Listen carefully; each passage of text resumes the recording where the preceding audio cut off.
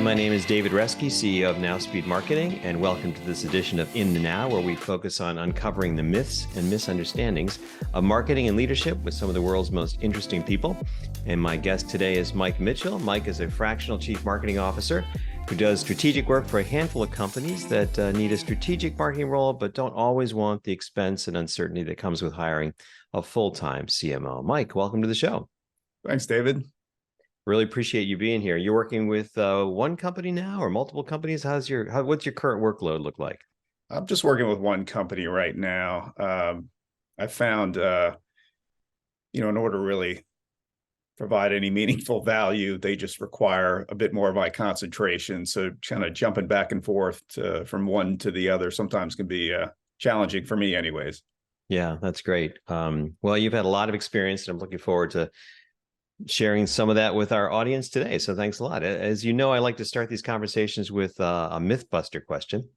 And the issue that you and I were talking about is a question around marketing methods, launching versus growing the company. And so the topic that I just wanted to share with you, the potential myth, is that the marketing methods and practices that helped you launch the company are the ones you should rely on to grow the business. True or not true? I would say in most cases, not true. And I say most cases because there are certainly examples of tech companies that seemingly just took off from year one. I mean, there was Slack and Zendesk and OneTrust, and there's many others. But yeah, by and large, the things that got you from point A to point B, and let's maybe just call point B a Series A round, are not necessarily the methods and practices that are going to get you to point C and beyond, right? And I think most founders are aware of that. I think when they look to take in an investment, they're many times looking for more than just the infusion of capital. It's also the infusion of knowledge and bringing in board members that have been there and done it before. I would say also it's really more than just methods and practices. It's about laying a foundation that scales. It's about instituting this operational rigor, but by also staying nimble enough so that you can adapt to changes as they occur. And so I'll expand on that. What I found, and this isn't universal, but in many cases, companies I've worked with, either in a full-time or a fractional capacity, when I say foundation, there are just like simple elementary things that often just don't exist. And I think it's because, you take a product to market, right? And it's just this mad dash to build something that's viable, to acquire customers, and ultimately demonstrate that there's just viability to startup to begin with, right? And along the way, there are certain operational things and revenue operation things that just kind of go by the wayside because of the pace in which you're moving. But it's important to instill those, I think, before you really scale, because the bigger you get, the harder it is to kind of put the genie back in the lamp, so to speak. And by that, I mean is really determining who are your ideal customers, right? I think what happens sometimes is founder starts an organization, they have a network of people that are their initial group of potential buyers. They purchase the offering, they use the offering, they're happy with it. But then really trying to go direct beyond that is where sometimes they stumble a bit. So I think it's really important then to just understand, like, if I'm going to go direct, who are my real customers? And it's more than just, I have this set group of customers that are in this industry or segment, therefore my ICP is this. I think it takes a bit more analysis to really find really where your sweet spot is. What I always suggest and have done in the past is, all right, well, let's just look at our customer base and uncover traits like, who are our most profitable customers? How long was the sales cycle? What is the average lifetime value? If you're using any type of CSAT or net promoter metric, of the customer mix you have, who are generally the most delighted or happiest customers you have? Which channels or campaigns ultimately were the most successful in creating customers to begin with? So, ideally what you want to try and do is just avoid the whole spray and pray approach. I mean, I realize I'm stating the wildly obvious here, but you want to pursue targets that are the best fit for your offering, that have higher average ACV, that cost the least to acquire, the least to service, and ultimately have shorter sales cycles and the lowest churn rate. I'd say the other thing fundamentally is marketing and sales alignment. And again, it's probably stating the obvious here, but in practice, sometimes I've observed situations where it just isn't there. Not adversarial, but there just isn't that alignment that you need or want. I think it's very important from the onset is just to establish roles and responsibilities, lead definitions. What are we defining as an MQL, as in an SQL? What is the lead quota that we're going to need? Working backwards from your revenue target. And you may not always have the benefit of conversion rates. So you have to just establish a baseline, and that you'll modify that along the way. Things like lead routing and establishing service level agreements both ways. So what I've always tried to do in the past is if an inbound lead comes in, I want them contacted within 5 minutes, because the longer you wait, the more likely they are to ghost you.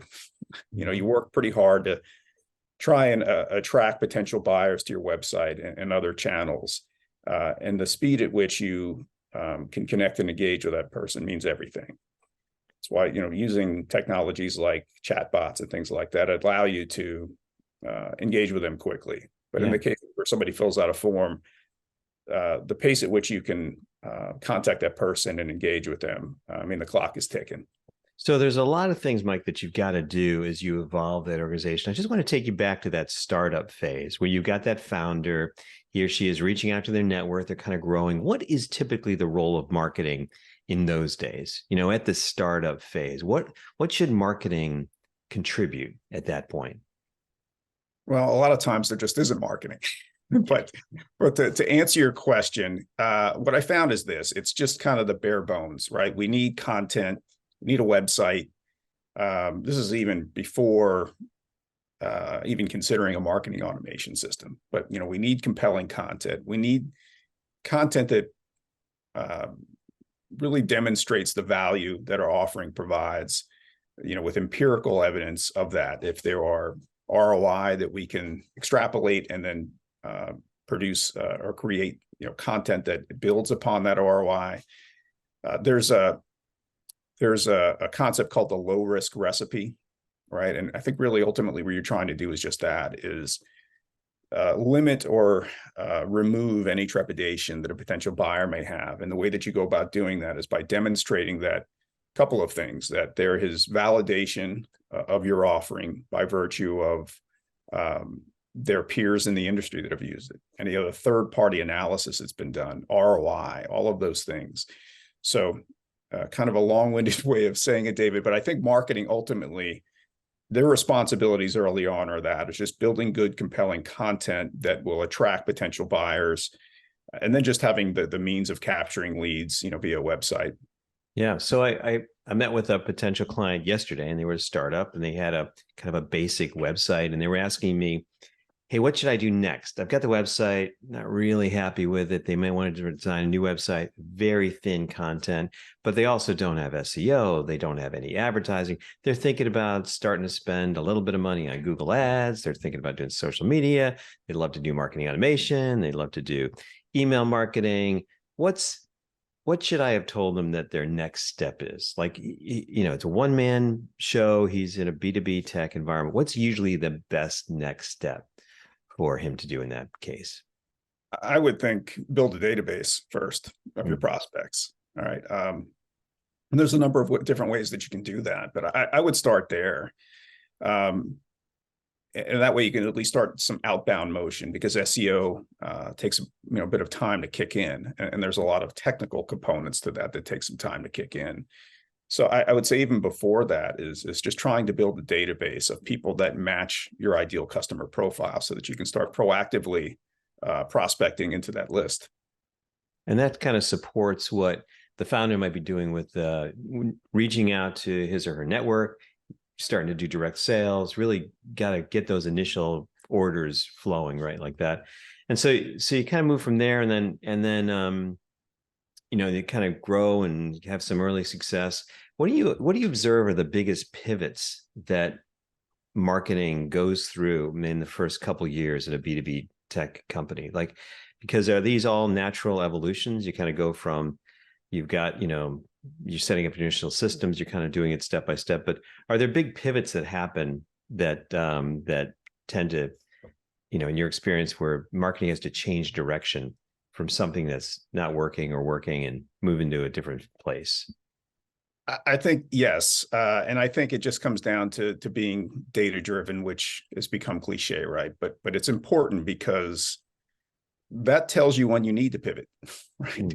By establishing baseline KPIs and measuring things so that you can really measure the outcomes of programs. So that way you can tell, there's, I'm fortunate to have some great mentors in my career, and the edict was always just fail early. So we waste a lot of cycles. And the way that you do that is just making sure that you not only establish KPIs to help you measure against, but also have a means of collecting that data so that you can make those changes.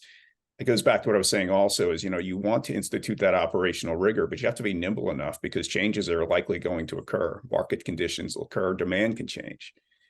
But I think the best way to do that is by just understanding, letting the data help you make those decisions of where your best opportunities lie. Yeah. And you're a big believer in really understanding that ideal customer profile and really getting into the head of the buyer and making sure that's right.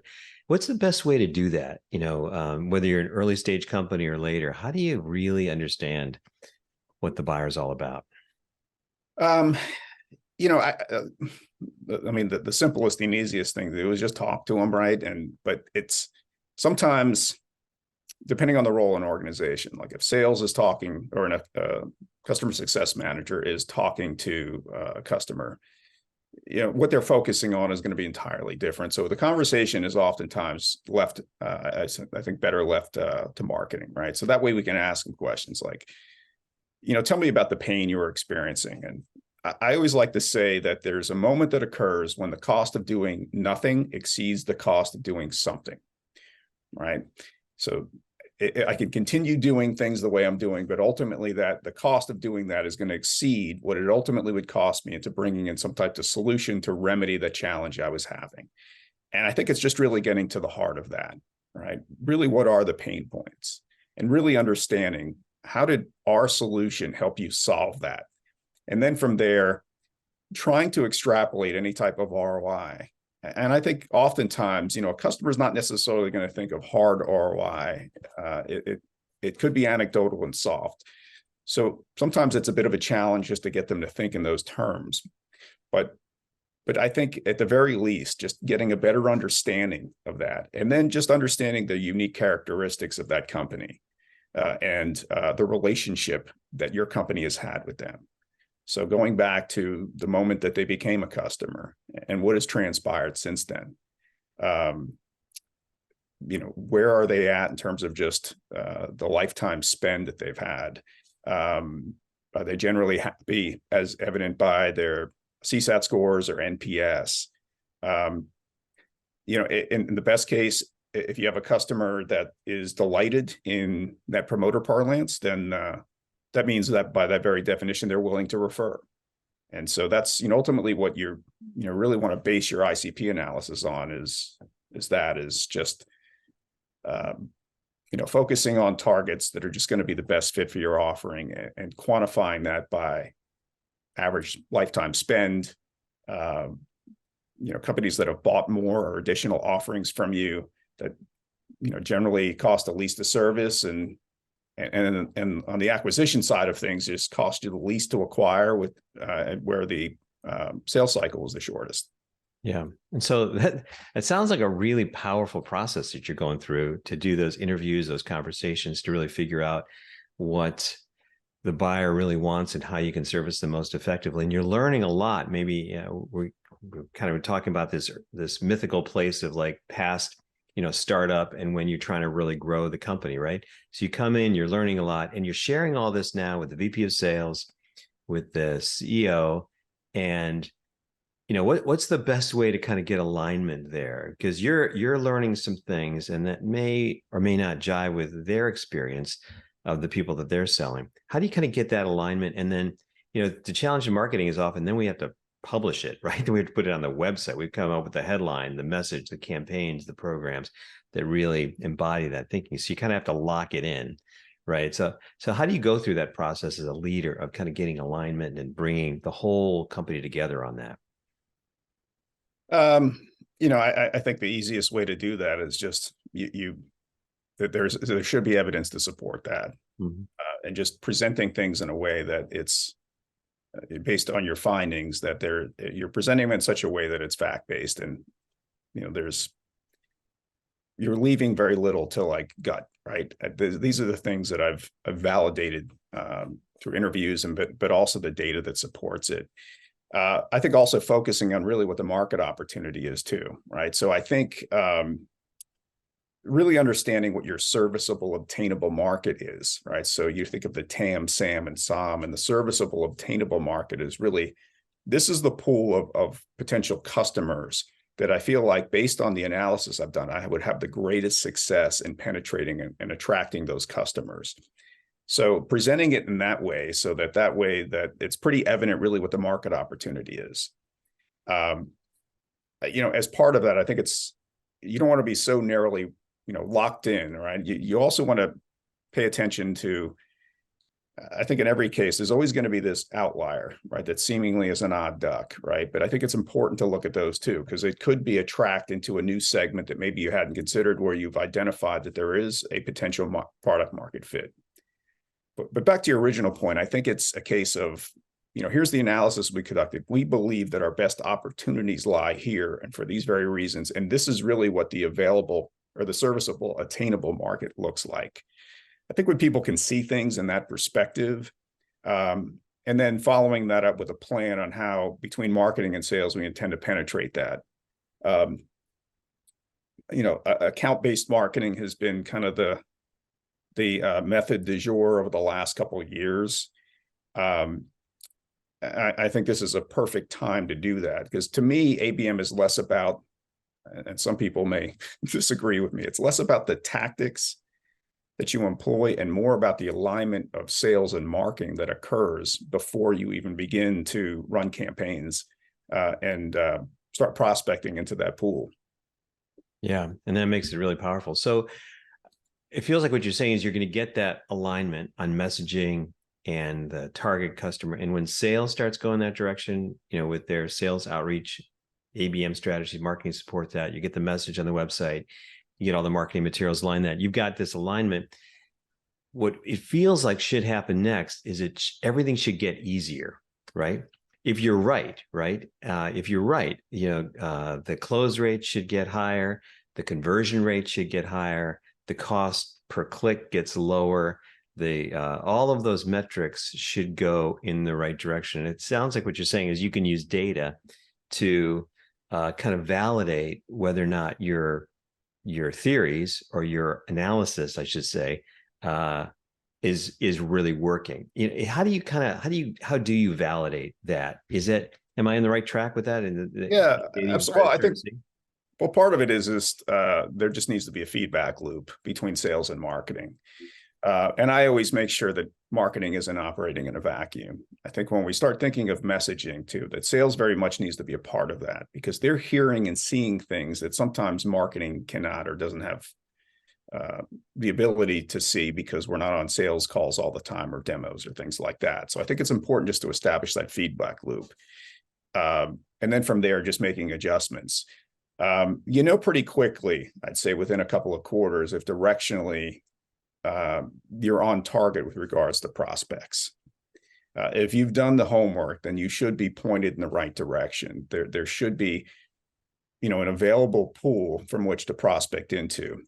I think sometimes people get a little uncomfortable when that number decreases. I think having a bigger pond to fish in with thousands and thousands and thousands of opportunities tends to make people a bit more comfortable. But, your better opportunity is going to lie is just narrowing that down so that you have the best opportunity of converting leads and ultimately closing them when you're just really locked in on what the right profile should be. As a marketer, I think you make a really compelling case that that's the way to build that alignment and that you find it out. But in practice, is it that clear, or is it often more messy than that? Do you kind of go through that analysis, get that, focus on the target market, the messaging, the differentiated, build it out, get the alignment with sales?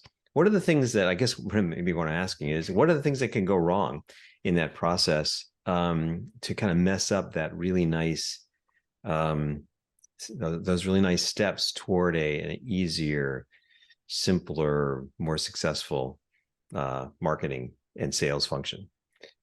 It's never really quite as elegant as you hope for it to be. I think there's always just going to be some things that occur along the way. I've been fortunate. I've worked with some really terrific sales leaders in my career. We've gotten along great and have worked really well. And I think the reason for that is we feel a mutual responsibility to ensure the success of sales, right? You would expect that from a sales leader, but oftentimes you may not see that from marketing leaders. And I think it's very important, right? So that way, and again, it just goes back to that feedback loop. We know pretty quickly if messaging isn't on point or isn't working, right? But making sure that there's that open feedback loop. So one of the things I've done throughout my career is I do a weekly huddle with the sales team. I want to hear from them. I think, sales teams, they're always going to want more leads, right? Which I totally get, right? But I think understanding where there are performance issues, usually is going to require a concerted effort between a marketing and sales leader, right? And by that, I mean, if you have an SDR team, coaching them and helping them really be proficient at stating what the value proposition is, and helping them uncover or help them become more comfortable with who the competitors are and how to talk against that. So, so to answer your question, David, I think it really just comes down to that. Are you siloed in your efforts, or are you combined? And I think there's just been this trend over the last couple of years of really, what you see is really more of a combined like revenue team that's comprised of sales and marketing and SDRs versus more of this siloed approach. Does that answer your question, David? Yeah, absolutely. So I love the way you said that, a combined revenue team where sales and marketing is integrated. And it feels like sometimes personalities or ego or maybe financial incentives or, dysfunctional, emotionally unintelligent people, that can all kind of get in the way of that. But what you're saying is when you don't have that, when you have people who are aligned and really working well together, you can get really on the same page. I think probably the thing that makes that work is a sense of competence and trust in the other person's ability. So if you get a head of sales that's really executing well, head of marketing that's executing well, they can come together to be confident in each other's abilities and each other's roles to make sure that you're on the same page. Yeah, in your experience, is that a big education opportunity with the sales leaders you've worked with, or do they kind of get it and they're like, no, this is exactly what I want you to do marketing? Or do you kind of have to come in there and say, here's all the things that I can do, I'm going to do, I should do, and how do you get that kind of alignment of roles? Or do the people you've worked with in your experience kind of get it and know what you're going to do off the bat?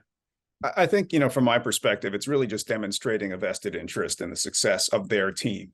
And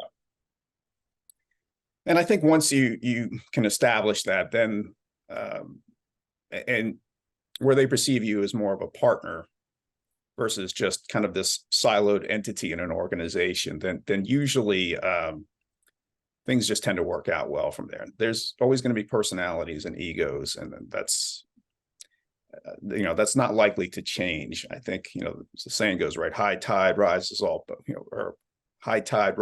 boats, right? So, but in those instances where things are underperforming, I think really forging that relationship so that you have that partnership internally, so that like, all right, we are mutually going to try and solve this problem rather than just throwing it over the wall.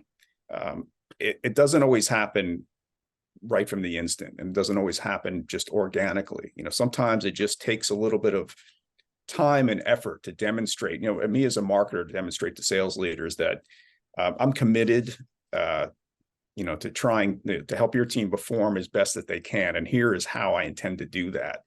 So that way it's just less about lip service and like, here's my actual plan. They just have to be bought into the plan. Sometimes that's harder than others, but sometimes it's, a little bit more difficult than other things. But I think by just doing that and presenting a plan and demonstrating your willingness to participate in their success just goes a long way. Yeah, absolutely. We started this conversation talking about that point of pivot, right? So that point where the things that work in the beginning don't always work later, and you have to pivot at some point. And sometimes those pivots feels like can be operational, got to add these capabilities. Sometimes it could be messaging. Sometimes it could be maybe product pivots as well. So we different market segments we're going after. In your experience, what are the big pivots that you've seen in companies, and how do they navigate those pivots? Because I think the pivot happens almost by definition when something's not working, right? We're going after this market. They're not buying at the rate we want. The sales are lower than we thought. The average sales size is too small. Close rate. All these problems come up. How do we, what are the pivots that you've seen that have been most successful? So there's a couple different ways that there's really on the tactical level, like, all right, these tactics that we're using are just not converting, right? And like paid search is a great way to burn through a lot of money with minimal results. What I found that sometimes that have been successful is if you're dealing with an audience that tends to be not as digitally inclined, there's always direct mail. And I know that seems archaic to some, but you'd be surprised if you're catering to an industry that maybe isn't, again, is digitally inclined. Maybe don't check email or not really likely to the manner in which they're going to investigate or look for a potential solution may not occur in the sense that we think of today digitally, right? Sometimes it's offline. And in those cases, sometimes direct mail is a pretty good tactic. I think in other cases too, it's just revisiting the content that you have and making sure that you're very clearly articulating what the value is. I would say just from a product perspective, what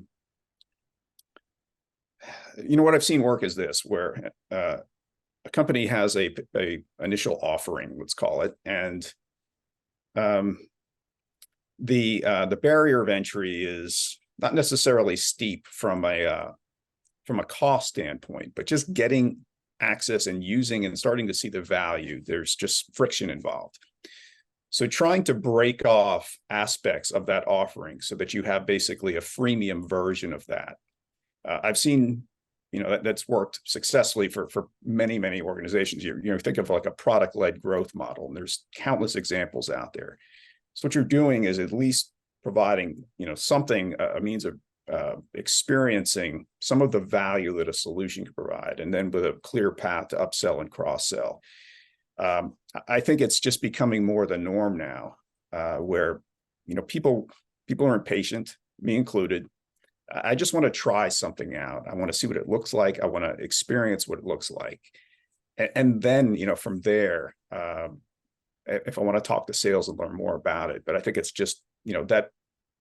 And I think that's consumer behavior in general now. We just want to see and experience things on our own first before we decide to talk to a sales rep. So in answering your question, David, I think companies that have figured out a way to break off certain parts of their offering and position them as more of a freemium version, getting people's foot in the door, and then from there, usually there's a little bit less friction involved in converting them to a paid customer. I've seen that work in a lot of examples.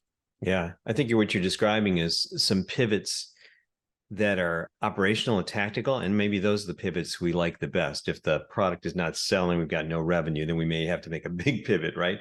But what you're describing is a case where you've got a successful company, things are working, but we want to make them work better. And so we want to pivot. We might have the freemium product. We might try tactics like direct mail, fixed page search, add new content, get honed in on the target customers' buying needs. All of those tactics are, it feels like, problem solving at every level that you're able to do at that, in order to pivot into a place of success. Am I describing that well? I think so. From a pure product pivot perspective, so I'm in the Atlanta area, and I think one of the most successful pivots that I've observed, certainly in Atlanta, if not nationally, is a company called SalesLoft, right? SalesLoft started out actually as this prospecting tool. It was essentially like a bolt-on for LinkedIn, right? So, what that enabled you to do is this. There's plenty of tools out there, right? I have a prospect profile in mind, and I just want to basically be able to scrape LinkedIn and try to, capture as many prospects and targets as I can. And then LinkedIn just kind of cut the cord and made it difficult for SalesLoft, and others like them to do that. So instead, what they did is they pivoted. They had this cadence tool, and in a sense, really created a category, right? So what they did is pivoted to that. So the cadence tool is something that's used by sales, and if you're not familiar, and SDRs, it just kind of maps out a cadence for them, so that everything is just kind of pre-built. All right, I've got my set list of prospects. Here are my email templates. I'm going to send them this email on this day. I'm going to call them on this day. Maybe I'll send them a LinkedIn connection on this day. And they've been wildly successful. So from a pure product perspective, just talk about making lemonade. All right, you have one aspect of your business that was seemingly rather successful, and understanding that the path forward was really converting over and doing something that, as I understand it, they created the cadence tool internally for their own teams and have been wildly successful since. So that, to me, I find that inspiring, right? They're just a bunch of smart people over there, but the fact that they were able to adapt so quickly and realize some success, to me, is extraordinary. Yeah, that's a great example, and probably used a lot of the principles that you've been talking about. They probably had a deep understanding of their target customer and the needs that they had, and then they looked at the available technology and what they could provide, and basically they're meeting the needs of that target buyer, but in a different way as the product opportunity changes. So very cool. Well, this has been a great conversation, Mike. I really appreciate your thoughts. I think this idea of evolving marketing as the company's growing and pivoting, whether it's a product pivot or a marketing message pivot or into a new market, all of those things are challenging things. And clearly you're an expert at this. You've had a lot of great experience, and you've made a lot of impact on many companies. So thanks for sharing your experience. And people want to get in touch with you to learn more about your services or how to work with you. How would they do that? What's the best way to contact you? You can find me on LinkedIn. My LinkedIn, I can share my LinkedIn page. It's actually pretty simple. It's LinkedIn. You can find me, trying to remember it's Michael C. Mitchell, Atlanta. Perfect. Is what my profile's under. So you can reach me that way. And I always love meeting new marketers, and I'm a marketing nerd at heart. So if you get two marketers in a room or online, we can talk for hours and hours. So I'd love to continue the conversation with anybody, or answer any questions, or provide any any helpful recommendations. So just reach out to me, let me know. That's great. Well, thanks, Mike, for taking the time. I really appreciate the conversation today. Thank you, David.